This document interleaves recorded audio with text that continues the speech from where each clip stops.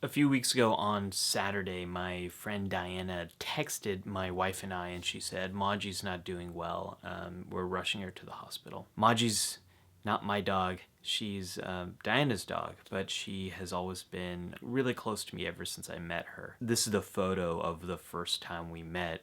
It's my favorite photo of her because it just so captures everything I love about her, how excited she was to meet new people. Nguyen, my wife, and Diana were roommates, and she became very close to Maji, and I became very close to Maji, and she's always been a part of our life ever since. So Nguyen and I rushed to the hospital too to meet our friend Diana and her fiance Colin there. We found out that Maji's heart was not doing too well. Maji, who was by all accounts midlife, would have months to live. So Maji was in the ICU. That was Saturday. By Monday, she was doing a lot better, and it actually looked like she was going to be released. And then Diana texted us again and said, I got a call from the vet.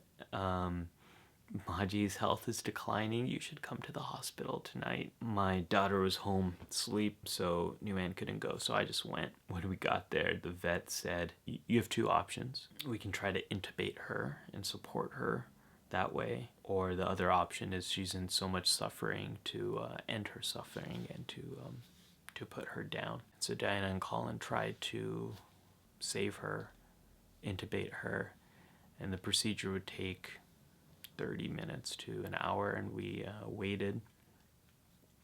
And the vet came back and told us that Maji had died.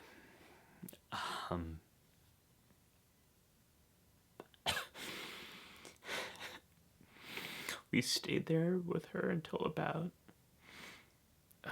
2 a.m.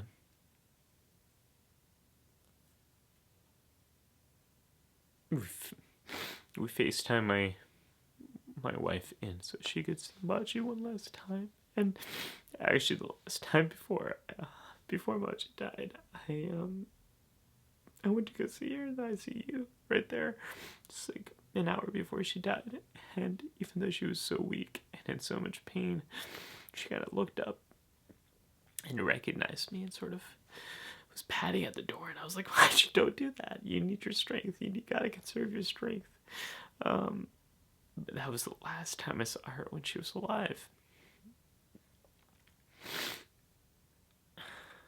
When I moved to New York, I was really lost in this big city. I felt alone. I didn't know anyone besides Nguyen. That first time I met Maji was also kind of the first time I met Diana, and Maji became my friend, and Diana became my friend. Spending time with Maji, always doggy sitting her, always having her come over whenever Diana was away, it just made me feel calmer and safer and better and more connected. And through Maji and Diana, I became friends with Colin, and we sort of became our own family here. I could have a real shitty day, but coming home to Maji and seeing how excited she was to be there with us would make everything so much better. I've tried to make this video 3 times now, and each time I was just too emotional, and it was just a mess. But I want to show you this one part of what I recorded later in the morning after Maji passed away. And this pain that I feel right now, it's the same pain I felt when I've lost people that I've loved.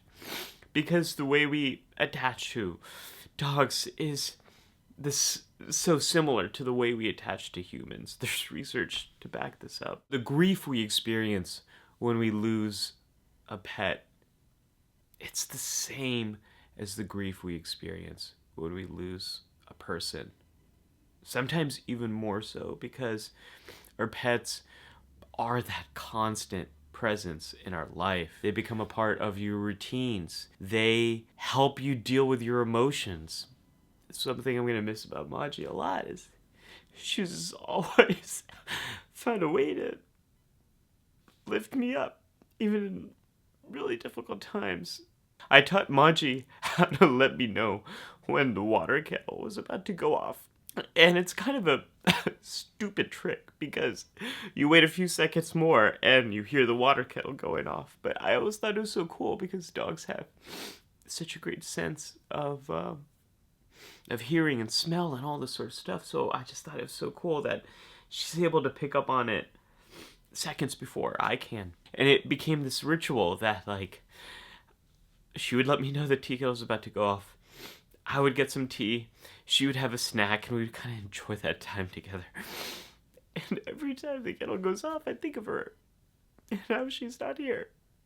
We have to find a way to mourn our pets the same way we mourn humans. And our culture isn't really set up for that. We don't have rituals for when a pet dies.